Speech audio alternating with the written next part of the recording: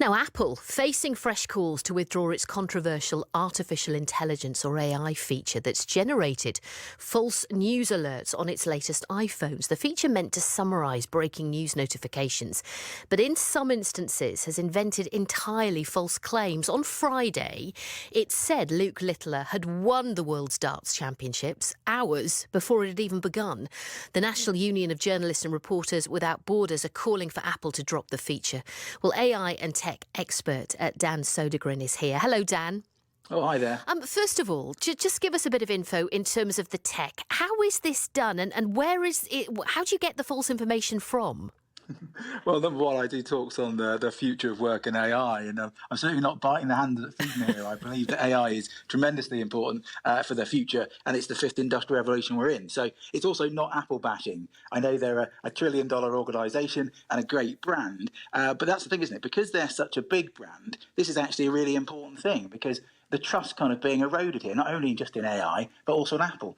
But it's a really good point about why is it making these mistakes? And actually, that's quite a deep question. So I won't get too geeky about it, but I'll try not to. But what it is if it's looking at data sources on the internet, and this is a question for it, is it looking for data sources on the internet as part of Apple's AI, and then it's making things up? Or is it simply making things up, or as they call it, hallucinating? So is this AI thing that they've built, is it just hallucinating and doesn't have any guardrails around those hallucinations? Or is it just getting information wrong that it's scoured from the internet? Now, the gentleman there who hadn't quite won, I do believe he actually did win in the end. He did.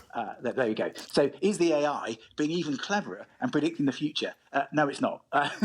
Just a quick one on that. I don't think it's that. We've got to really be careful, though, with this one. It might sound like it's a trivial thing, but actually it's massively important, because Apple and other tech companies should never release something like this, especially in the area of news, because Apple's really believed, isn't it?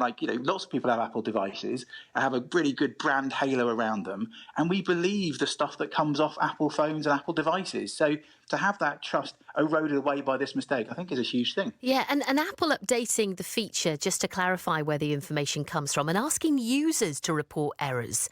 Is that good enough, especially when it comes to news? Well, absolutely not. And of course, we don't have the laws at the moment, because AI has just kind of exploded into our popular consciousness and also into the economy. We don't have the right laws in place at the moment. I don't think they can be pushing it back onto other people. Far from it, actually. This completely proves the need for better data management from them. But put it back onto the individual and say, well, don't believe everything you read when we're creating the thing that you're reading. I don't think that's enough. It's also going to be quite interesting to think, actually, is this the first kind of peeking up of the head, or the first stumbles into this thing that we're going to call AI agency? Now, AI agency is the ability for an AI to start thinking a bit for itself and not really have human beings involved. It'll be interesting to see, is this what's happened? It's a bit like getting your intern or your apprentice. I always call AI at the moment automated interns. It's like them doing the work, but then nobody checking it before it goes to 100,000 people. Well, you'd never allow that, would you, if you were a journalist? Yeah, absolutely. And I've got to ask you just about Meta quickly, announcing they're going to no longer be using independent fact-checkers, replacing them with community notes, Dan. Well, again, this is one of these things, isn't it? It's going to happen more and more. If you actually see what Meta's doing around AI as well, there may be another reason for that.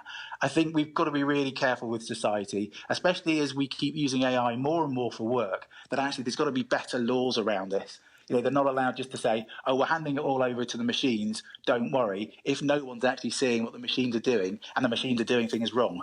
Because this proves, unfortunately, right now, with Apple's technology being what it is, they've rolled it out too quickly, they haven't tested it enough. They really should have made their AI a lot cleverer before they gave it to us all to use. But this is not to say that it will not be cleverer in the future. I absolutely believe that AI is a massive important thing that we can all be doing and all be using. It's just this one shows, sadly, that it's not always correct. Yeah, listen, it's fascinating to talk to you. We need to talk again. Thank you very much, Dan, AI and tech expert then, Dan Sodergren.